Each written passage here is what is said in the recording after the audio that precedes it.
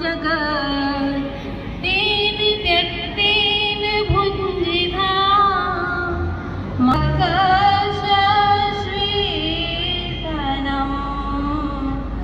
मागृदः धनम्।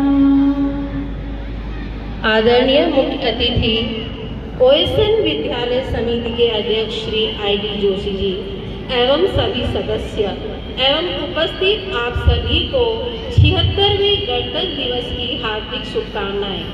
आज का यह ऐतिहासिक दिन हम भारतीयों के लिए बड़े ही गर्व और सम्मान का दिवस है। आज ही के दिन सन 1950 को हमारे देश का संविधान लागू हुआ और भारत एक गणतंत्रात्मक देश बना। अनगिनत वीर सपूतों ने अपने प्राणों की आहुति देकर 15 अगस्त 1947 को अंग्रेजी हुकूमत से हमें आज़ादी दिलवाई।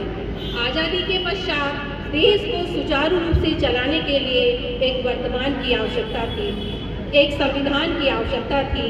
तब देश के तत्कालीन राष्ट्रपति और संविधान सभा के अध्यक्ष डॉक्टर राजेंद्र प्रसाद जी के द्वारा संविधान निर्माण का कार्य डॉक्टर भीमराव अंबेडकर जी को दिया गया।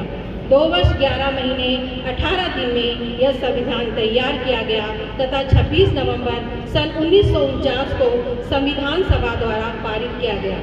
26 जनवरी सन 1950 को यह संविधान पूरे देश में लागू कर दिया गया। हमारे देश का यह संविधान पूरे विश्व में सबसे बड़ा और लिखित संविधान है, जिसमें पहले 395 अनुच्छेद, 8 अनुसूचियां एवं 22 भाग थे, जो वर्तमान में बढ़कर 448 अनुच्छेद, 12 अनुसूचियां एवं 25 भाग हैं।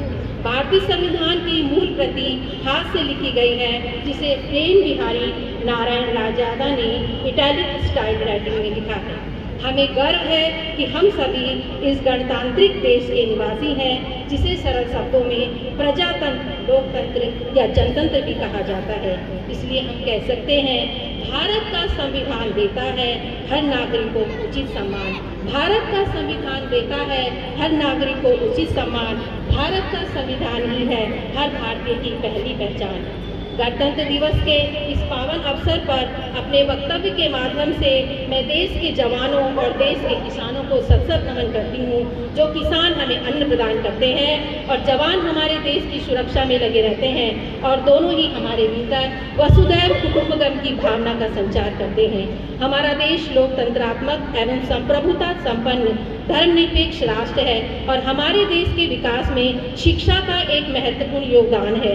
शिक्षा से ही ज्ञान, समझदारी और सोचने की क्षमता विकसित होती है, आर्थिक विकास होता है, सामाजिक सामंजस्य बढ़ता है और लोकतांत्रिक मूल्यों को बढ़ावा मिलता है। और अंत में चंद पंक्तियों के साथ मैं अपनी वाणी को विराम देती हूँ। यही आगाज है मेरा, यही अंजाम होना चाहिए। वतन पर मर मिटने का सदा अरमान होना चाहिए। वतन पर मर मिटने का सदा अरमान होना चाहिए। चाहे आप गीता पढ़ते हो या के कुरान, चाहे आप गीता पढ़ते हो या के कुरान, हमारे सीने में सदा हिंदुस्तान होना चाहिए। हमारे सीने में सदा हिंदुस्तान होना चाहिए। जय हिंद, जय भारत। Thank you, ma'am.